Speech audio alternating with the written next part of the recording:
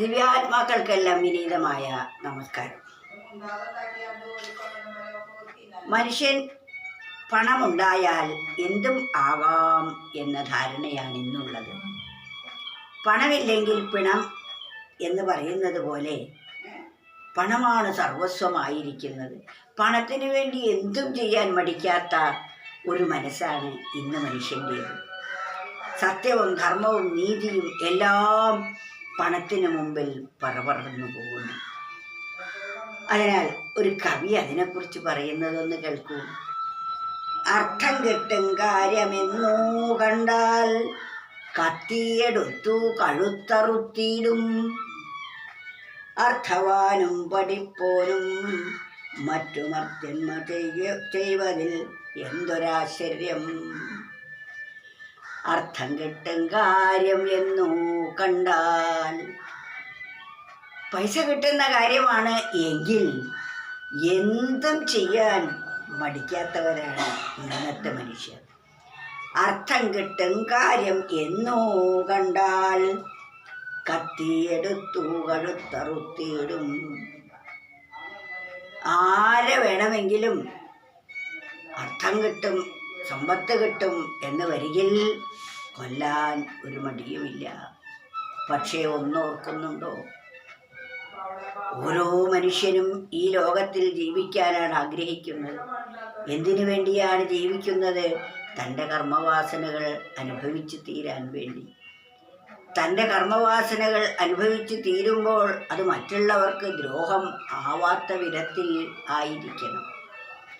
അധർമ്മം ഒരിക്കലും, കളവ്, അസത്യം, കാപട്യം, ചതി, വഞ്ചന ഇവയ്ക്കെല്ലാം അധർമ്മം എന്നാണ് പറയുന്നത്.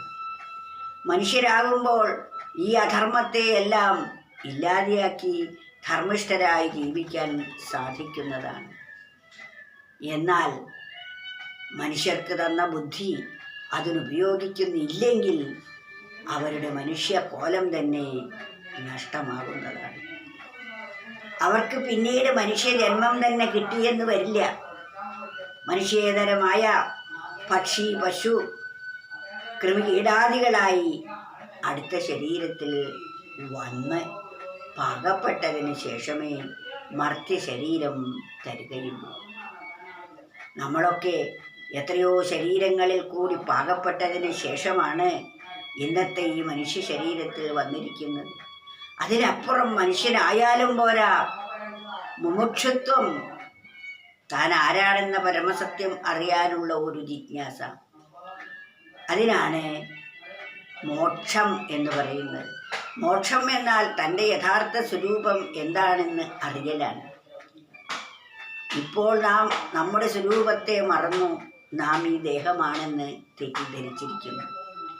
ദേഹമാണ് ഞാനെന്ന തെറ്റിദ്ധാരണയിൽ നിന്നും ആത്മസ്വരൂപത്തെ നിരന്തരം വിഭാവനം ചെയ്യുമ്പോൾ നമുക്ക് ബോധ്യമാകും നാം ആത്മാവാണ് എന്ന്. എൻ്റെ ശരീരം, എൻ്റെ കാല്, എൻ്റെ കണ്ണ് എന്നൊക്കെ പറയുമ്പോൾ നമ്മൾ ഈ കണ്ണും കയ്യും കാലും ഒന്നും അല്ലല്ലോ. ഈ കണ്ണിനെയും കാലിനെയും ചെവിയെയും കയ്യിനെയും എല്ലാം പ്രവർത്തിപ്പിക്കുന്നത് ഏതോ അതാണ് ഈ ശരീരമാകുന്ന ക്ഷേത്രത്തിലിരിക്കുന്ന ക്ഷേത്രജ്ഞൻ. ആ ക്ഷേത്രജ്ഞൻ ആരാണെന്ന പരമസത്യമാണ് നാം ബോധിക്കേണ്ടത്. അത് ബോധിച്ചു കഴിഞ്ഞാൽ അതേ ക്ഷേത്രജ്ഞൻ തന്നെയാണ് എല്ലാ ശരീരക്ഷേത്രങ്ങളിലും ഉള്ളതെന്ന് ബോധ്യമാകും.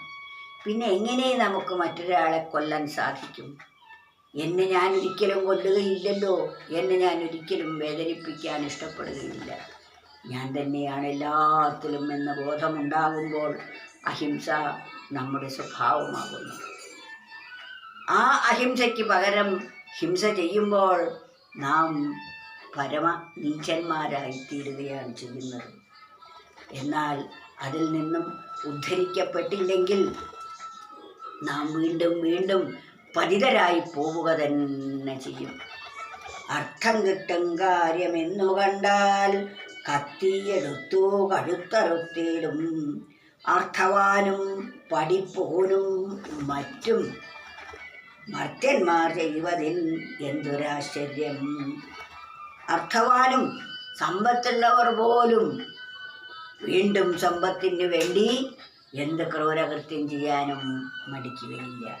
പഠിപ്പോനും പഠിച്ച ആളുകളും പഠിക്കാത്തവർക്കാണ് അബദ്ധം പറ്റുക, പഠിച്ചവർക്ക് പറ്റില്ല എന്നൊരിക്കലും ധരിക്കരുത്. പഠിച്ചവനും ഈ അധർമ്മം പ്രവർത്തിക്കുന്നു.